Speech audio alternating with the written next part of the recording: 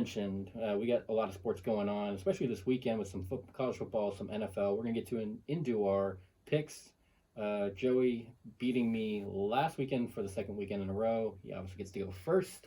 He's about 10 or 15 games above 500, so I think doing I'm pretty well. 63, 48 and 1 or something like Yeah, I that. have to go back. It's like 15 or so games above 500, I think. Doing very well for sure.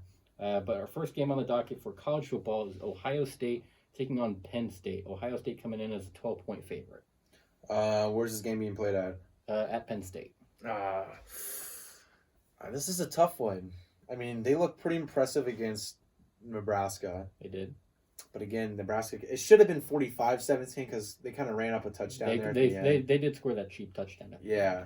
I don't know what the point of that was. It's Ohio State, but that's a different story for a different time.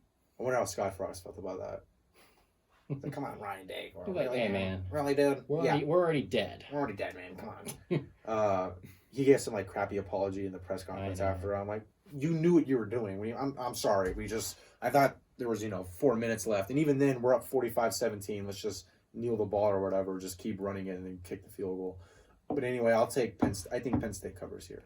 Ooh, I'm going contrarian. I'm going to take Ohio State minus 12. I think I said it a little bit. I think on Monday's show, Ohio State didn't look great, and they still won. We'll even call it 45, to 17 because really, like you said, that last touchdown really probably shouldn't have counted anyways. It was kind of a cheap, meaningless touchdown. So really, even still, 45-17, and I don't think they played their best game, Ohio State. Now they're going to have another week to fine tune. You got to remember, Penn State's coming off an upset loss against Indiana on the road. They were not expecting to lose that game at all, and so that might have sent some shockwaves through the Penn State team as far as like, oh boy, we already have a loss to Indiana, and we weren't really expecting that when we looked at our schedule and thought who are going to be our tougher games. Indiana was not one of those teams, and as much as I hate to say it, Ohio State's got a really good team this year. Looking at guys like Justin Fields, they have a really good running back in Master T out of the backfield. Who he's kind of a bigger back, so he can play in some more of that colder weather type environments and can ground out some yards when needed. And I think until proven otherwise, getting less than 2 touchdowns with Ohio State is just too tempting for me not to take. So Joey's going to be on Penn State. I'm going to be on Ohio State in this game. Staying in the Big Ten, though, we got the next game on tap. This is a rivalry game in state. Michigan State versus Michigan. Michigan comes into this game as a 24.5-point favorite. Yikes. 24.5. Is this in Ann Arbor? In Ann Arbor, yes. I don't know. I mean, is Michigan State that bad this year? They did lose to Rutgers, I think by double digits, if I'm not mistaken, this past weekend. Okay, yeah. That's a lot of points, especially for a rivalry game. I kind of want to take Michigan State, but if you're losing by double-digit points to Rutgers, I mean, I don't know if I can really bet on you there. So I will go with the Wolverines here to go off to a 2-0 start. I'm going to go Michigan State on this game. You kind of mentioned it a little bit when you started off. This is still a rivalry game nonetheless. And 24.5 points in a rivalry game is quite a lot to cover. And we kind of seen this with John Harbaugh every year for Michigan. He always has one of those games. It's almost like a hiccup game. Now, I'm not saying they're going to lose this game per se, but he has one of those games where it's a lot closer than it probably should have been. And I could easily see this being Michigan State, especially with that double-digit loss to Rutgers. They're going to come into this game pissed off. That they should have played a lot better. Well, if that's your logic on that, then why can't for the Ohio State game, and why can't Penn State come in with that same energy where they just lost to? Well, because Ohio State's going to wipe the floor with Penn State.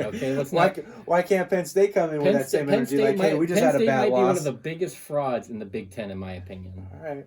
Everyone hypes up Penn State every year, and we know what they are. Okay, let's just slow the hype down a little bit on them. But no, I do think Michigan State, this especially being a rivalry game, they're going to keep it a lot closer than just 24.5. I could see Michigan winning this game even by like 2 touchdowns or something like that, maybe even like a 17-point win. But 24.5 is just an awful lot, especially when you're talking about an in-state basically rivalry. 25. You need to win. 25 to win for sure. That's a lot for an in-state rival, and too much for me at least. I'm going to take Michigan State at plus 24.5. Moving on to the next game, we got Boston College taking on Clemson. Clemson comes into this game as a 31-point favorite. It's like these lines are just so big. It's just like it makes you think. Hence Maybe Boston College can come in. That's here why I kind of and, put them on here to make you kind of Yeah, this might be a bad week for me. I feel like I'll take Clemson here. Clemson. They wiped the floor with Miami, and Miami was a really good football team. Trevor Lawrence looks fantastic. He should just stay another year. Please don't go to the Jets, man. Don't do that to yourself. Right. But again, it's just like these lines just sound so big. Like there's no way they can win by 31 points, and then you obviously see the game, and you're like, oh yeah. So I'm not gonna try not make that mistake here. So I'll go with Clemson. I think Clemson should be able to wipe the floor here with Boston College. You would think so, but I'm going to take Boston College plus 31 here. Boston College is one of those teams, when you look every Saturday, they're kind of a scrappy, interesting team. Now, they won't, some games obviously they'll go out and win outright, but for the most part, they're keeping games fairly close, right, or they're keeping it interesting. And I think they could maybe catch Clemson a little off guard here. Not enough to beat them by any stretch, given that this game is in Clemson as well. I think Clemson wins this game by double digits. But I think Boston College could, keep it competitive even for a half, or, kind of do what Syracuse did to Clemson last week, where they kept it fairly close for that first half, and then Clemson starts pulling away in the second half. I think the same could happen here, especially with the way Clemson kind of is built. They're good, but I think Dabo Swinney kind of reins them in a little bit. They don't want to overly use Clemson a little bit. Because they know they have bigger aspirations than, covering a 31-point spread against Boston College. They know as long as we win by double digits, committee's going to see that. You won by 28. Right. I think they're going to have to put you in the fives. Especially going down the road here, Clemson's likely a playoff team, so they're going to have to play 2 extra games, possibly, along with most likely the conference championship for the ACC. I don't think Dabo's really looking to knock the doors off any team, really. Come in, win convincingly, and get out, which is a perfect spot here for Boston College to maybe get what I like to call the backdoor cover.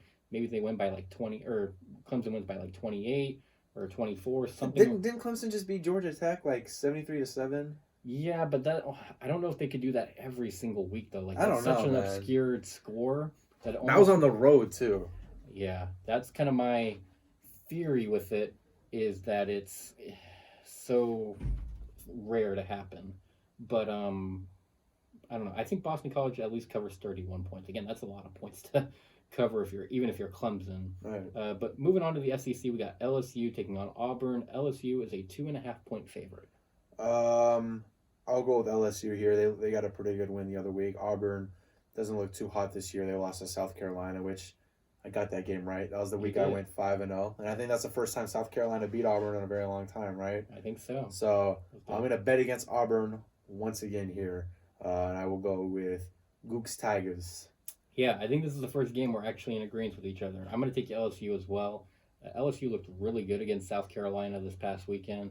I think beat them at least by at least by 10 points, if not more. Maybe it might have even been a lot more than that. I just, kind of seeing the score in passing, I saw LSU was up quite a bit on South Carolina. They got a lot of momentum. Auburn's kind of an interesting up and down team this year. You don't really know what you're going to get from them.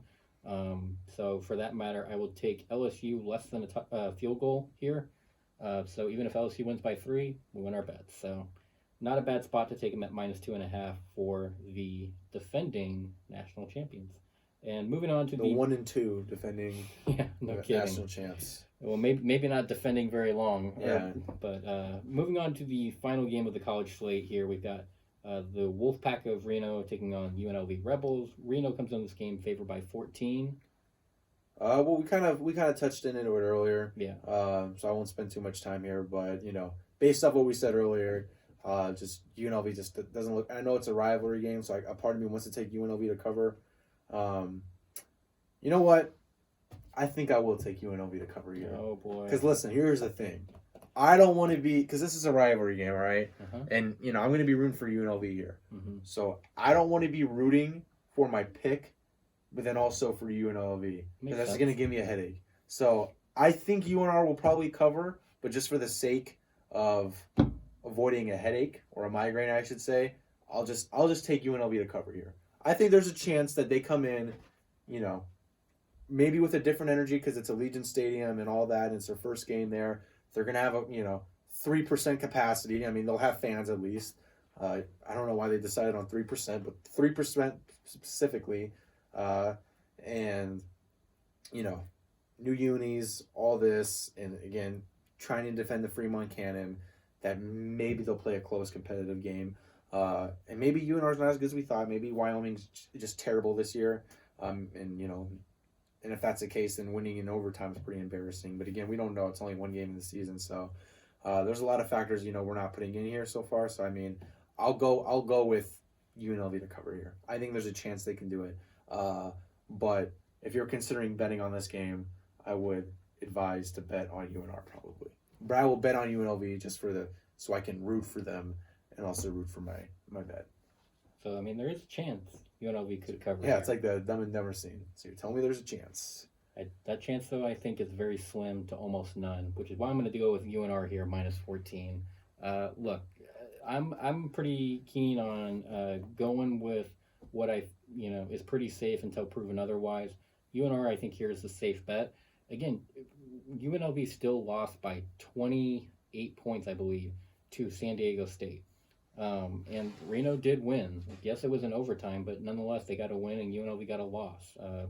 And I think the way UNLV lost, they were kind of just outmatched that entire game against San Diego State. And UNR, they have a really strong quarterback.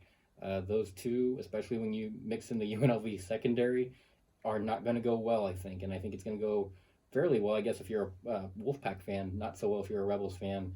I think UNR wins this game by 14, at least 15 points, I guess. That's what I would need to win, 14 to push. And it could be a lot more than that, especially with the way UNLV has so far been playing this season.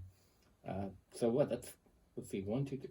So we're on different sides 4 out of our 5 games. So I don't know, maybe I got a chance here to make some ground up on you. I can't let that happen. I need big performances this week from my teams here. Big LSU fan here. Exactly. All right, that's the one we actually agreed on. Right. So I'm a big Penn State fan, big Michigan fan, big Clemson fan, big LSU fan, and obviously big Rebel fan this week. Yeah, as John Green said, big Rebel fan. Yeah. He's like, what's their mascot again? So they made him do that video. Yeah. Rebels. Oh, big Rebel fan here. Yeah. Just found out about this school when I moved out here. Got the NFL slate on Sunday. First game up is Packers versus Vikings. Packers are 6.5 point favorites. Yeah, I'll go Packers here. I'm not going to spend too much time on this one. They've looked a lot better offensively. Nothing really going well in Minnesota other than Justin Jefferson, which I know Will probably is loving him because he's on his fantasy team. Justin Jefferson from LSU, actually, has been having a great rookie season so far. But I will go with the Packers. Devontae Adams looks impressive. Rodgers looks good. And they should be getting Aaron Jones back, I believe, this week as well. So their big three should be back in full effect.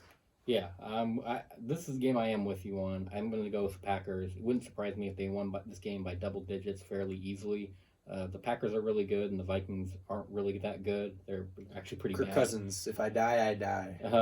But your team's dying, buddy. Yeah, exactly. And I'm getting less than a touchdown with the Packers. This one was an easy one for me to take the Packers at minus 6.5 to cover.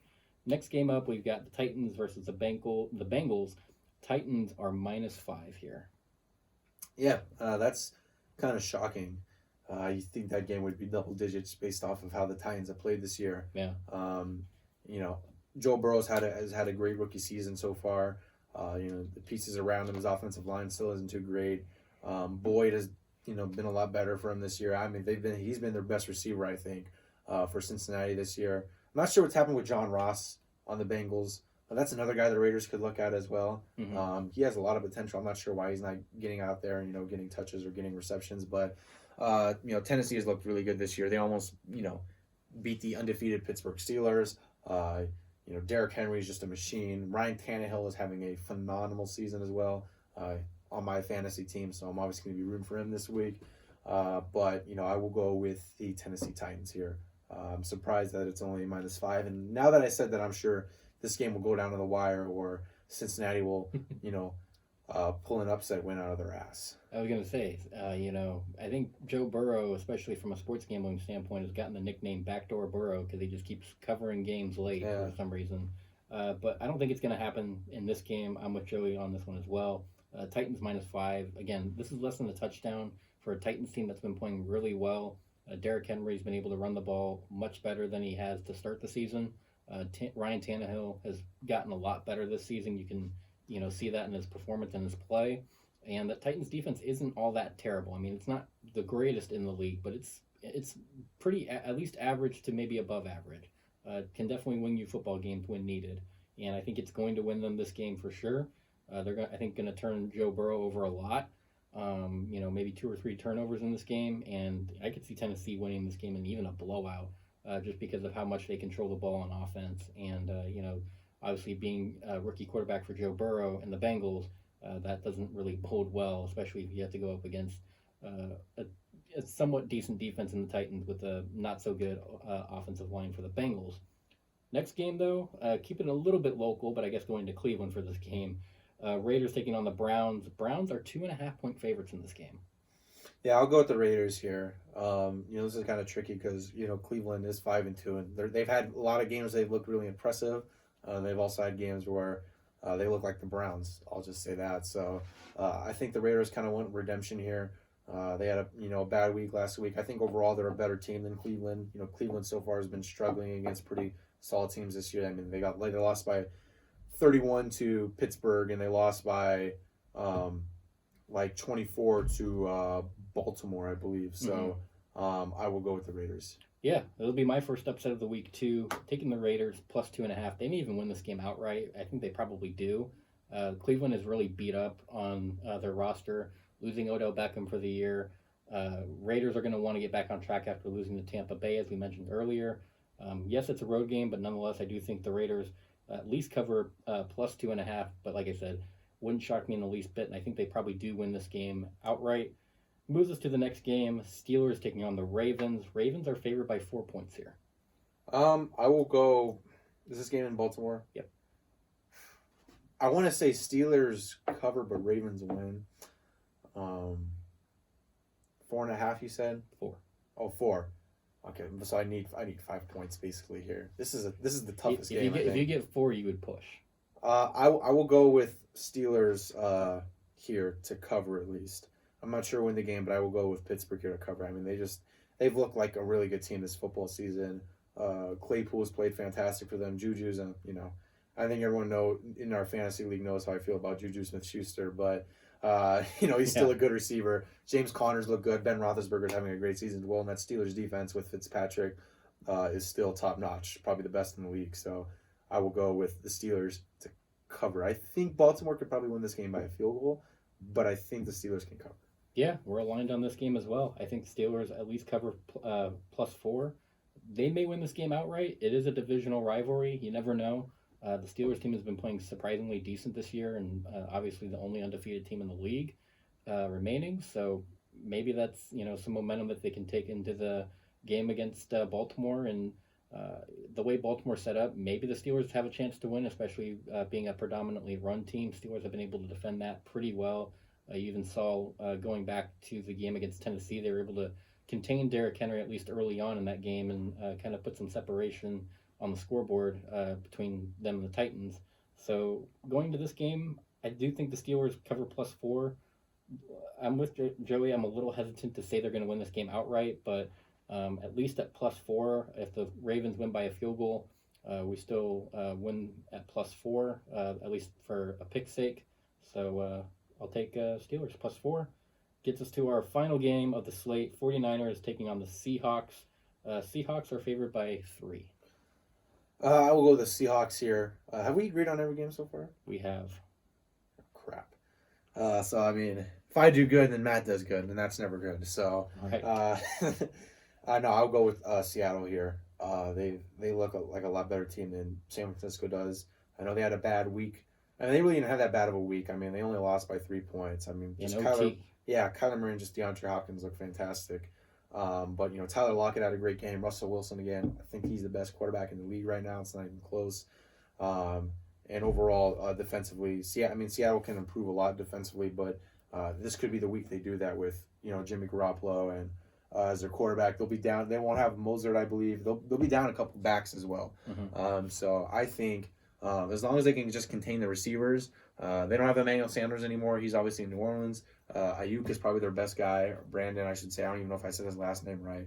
But if they can, contain Jimmy G, because he had a pretty good week last week against New England. They just don't allow that to happen this week. They should be fine. And offensively, Seattle has just looked.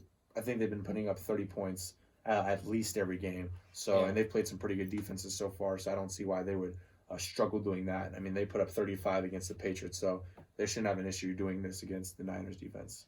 Yeah, this will be the first time I think we agree on every game, because I really was trying hard to take the 49ers in this game, but the injuries are significant. You got no Deebo Samuels for the Niners, no no Deebo. Yeah, it's no Deebo, and then Raheem Mostert's also out, as Joey mentioned. No, they have another running back they're throwing a third string running back, I believe. Yeah, that's just because their second one is also hurt. Yeah, and you look at the Seahawks here; they're coming back home off a loss. They're obviously pretty pissed off. They want to get back on track, and what better way to do it than against a divisional rival in the 49ers? Send a message that last week was just a fluke. We are still the Seahawks. We are still a good team. We should be mentioned in the conversation for the Super Bowl. Is this Sunday Night Football?